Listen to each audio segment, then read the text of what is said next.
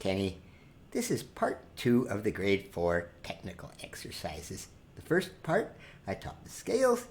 This lesson will be the triads and something new, the arpeggios. Alright, first of all, the triads. Some of these are the same key as in grade 3, but the big difference now is they want you to play it hands together instead of just that. They want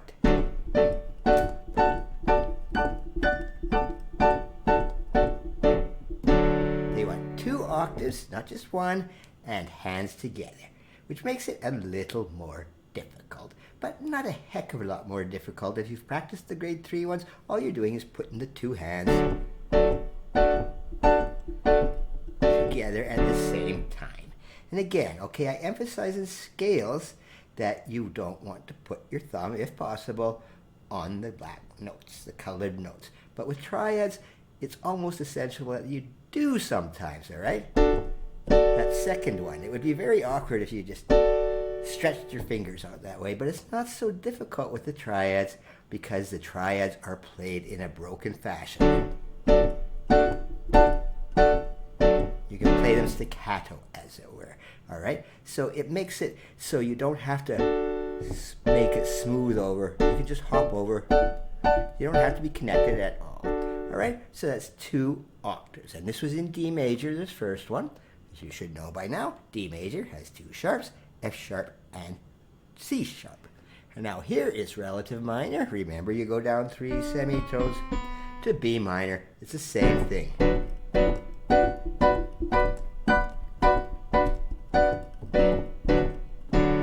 Okay, it can be a little awkward at first getting those 2 hands together, but B minor is the same fingering as the D major. It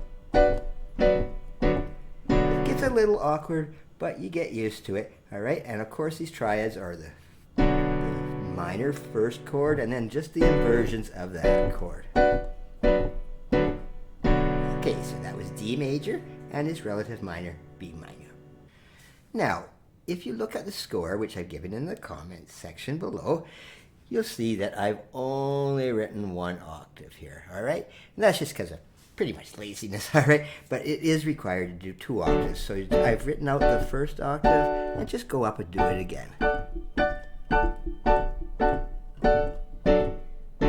Okay, all right. And that is also what has happened here when we're doing the separate version.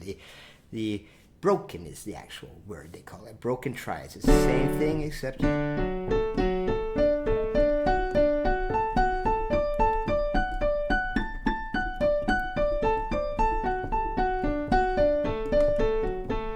exactly the same thing, but it is in a broken form, all right? With the B minor, it's the same thing. Instead of the solid,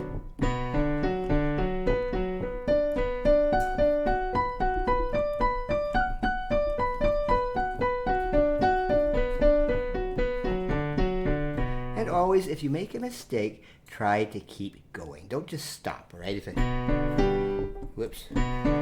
You'll never get anywhere, so you just keep trying to keep going, and they'll just play over the mistakes. Any examiner prefers you playing over the mistakes than just starting over and over again. It just doesn't get you anywhere. Okay, on to the next ones.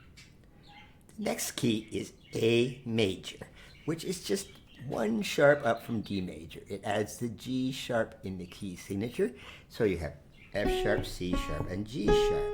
Okay, and the scale was like that. You can check that in the first lesson of the technical exercises. But these are the same things here. Same fingering as D major. Don't have to learn any different fingering, and you don't have to worry about that G sharp in the triads. It doesn't occur. Okay, so it's the same thing in broken fingers too.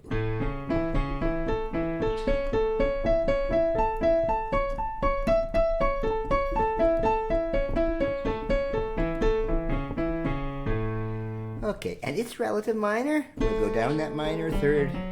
All right, we're into F sharp minor. And again, as in the scales, this is not required. for grade 4. I don't know why. It's A major is relative minor. It is a little trickier, but not too much, all right? You just...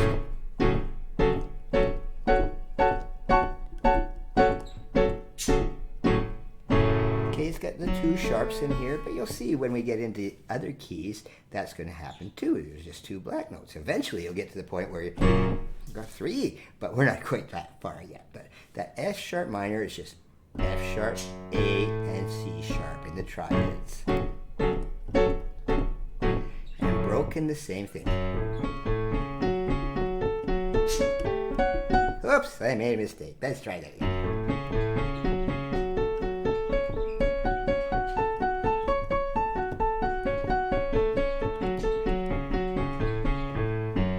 Okay, sometimes you make mistakes and have to start over again. If you make a minor mistake, keep going. If you make a major one and you're completely messed up and you can't continue, yeah, well, you got to start over again. Okay, enough of that kind of stuff. Now, on to B flat major. And this is where you put your thumb, as I said, on the black note or the colored note, whichever you want to call it. Because if you didn't, you're going to end up just stretching too much. All right, and you don't want to hurt yourselves there. So because these are detached, no problem playing with that thumb on the B flat.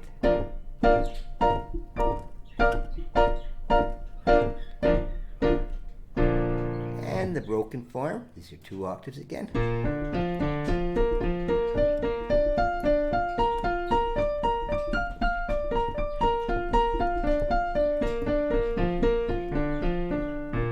Not too difficult, and it's relative minor, G minor, down the minor 3rd, even easier. That's your standard fingering, 1, 3, 5 there, all right?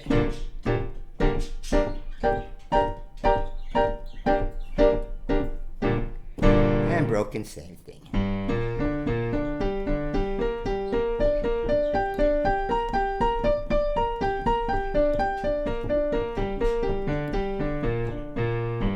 All right, that's G minor. Of course, there's no melodic minors or harmonic minors. It's just those 1st and the 3rd and the 5th. Okay, you don't worry about that extra sharp that you do in the scales. Okay, all right. Now we move on here. Let me move this down a bit here to our E flat major. All right, B flat had B flat and E flat. E flat adds an A flat in there. But again, you don't have to worry about that A flat because it's not in the triads. It's just E flat, G, and B flat.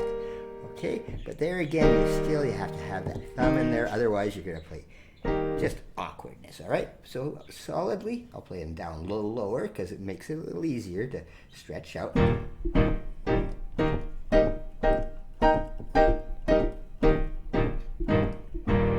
broken.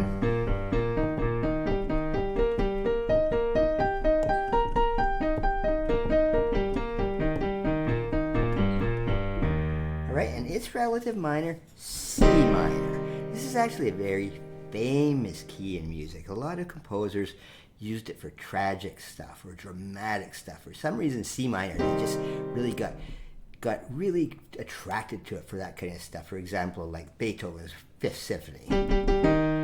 There's something dramatic about C minor. But the triads themselves are not hard. It's the same as C major, except you're just lowering that 3rd, right? Okay, so it's just...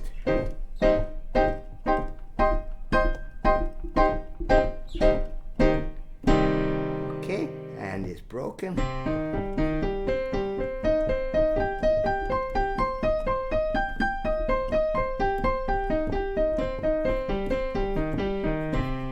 And that's it for the triad. Now, arpeggios are kind of a combination between our triads and our scales. It uses the same notes. I'll use C, even though this is not part of the grade 4 thing, just to explain an arpeggio very quickly. All right, our triads. All an arpeggio is those same notes, C, E, G, but here's where it's like a scale. You pass that thumb. And then you pass the 3rd over, exactly like you did with scales. So it's kind of an in-between thing. All right, here are arpeggios. You just want to have them. You want them to be 2 octaves. You really wouldn't want to do 1 octave arpeggio because all it would be with this. Kind of lame, right? All right, so in D major, all you're doing, and these are hands separately, by the way, they're not going too crazy right away. All right, you just got to remember to pass the thumb under, all right? And I put the fingerings out here too, all right? Usually what you want to do is just make sure it's comfortable. I'm using the second finger on the F sharp because it's a little easier to pass by the time you get your third there instead of to pass it over. So try to use a fingering that you can make it as smooth as possible. Now in the left hand, okay, this time I did not use the second finger because that's a little bit of a stretch. Be done, but it can also kind of be a little dangerous. You don't want to hurt yourself on these arpeggios. They're not that bad, all right? And arpeggios can be really fancy when you're playing something and you do something like, and everyone's so impressed by it. But all that is a nice arpeggio, okay? Nothing fancy. It's just a trick, really. Okay, I kind of mixed this up on the scores here. I want to do A major next, so in my order was a bit wrong. So let's go jump to A major because it's those three sharps, and it's the same. Okay, same as in the D major, and then pass that third over, and the left hand. Okay, and it's minor. I forgot the B minor. I'll get back to that again. But, all right, F sharp minor. This, just like the scales, you don't want your arpeggios generally to start with the thumb again. It's the same reason. It just kind of gets awkward. All right, can you start with the second or third finger? It doesn't really matter. And the same in the left hand. They're a little tricky at first, but you get used to it, all right? It's very bit awkward because you're stretching quite a bit more than you're used to. But once you're used to it, they're kind of fun, all right? And I forgot over here, all right, here we go. Let's go right back to here. We get D major. I forgot the B minors.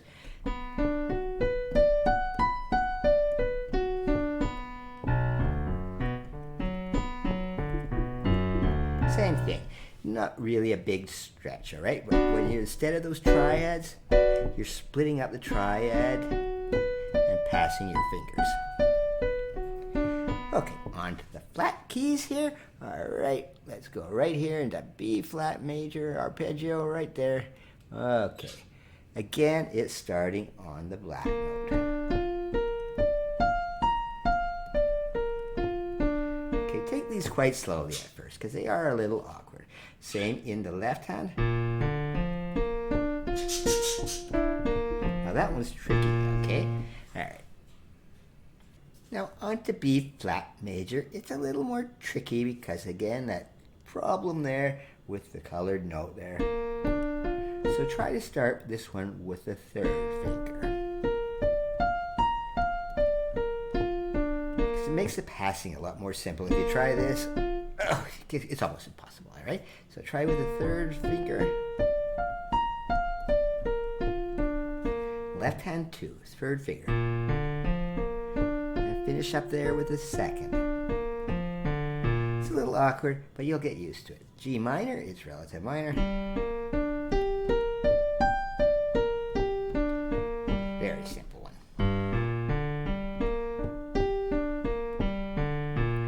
Okay, and finally we go on to our last one here, our famous E flat major arpeggio here, and it's relative minor C minor arpeggio. So again, we got that problem of starting on the E flat, but play it with your third finger and it's easy. And the left hand, same thing.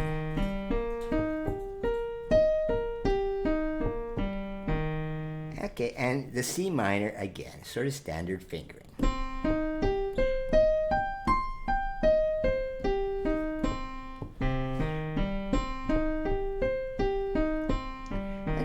remember too, that C minor is the same thing as C major. Any minor scale you can do this with. Take that middle note of your triad and just lower it one, and you get the minor chord.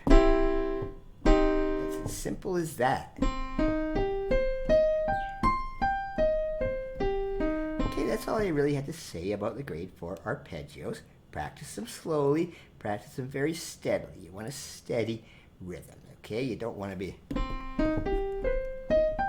something like that. Practice them steady, but go at your own pace. Okay, that is the end of this grade 4 technical lesson. Thank you.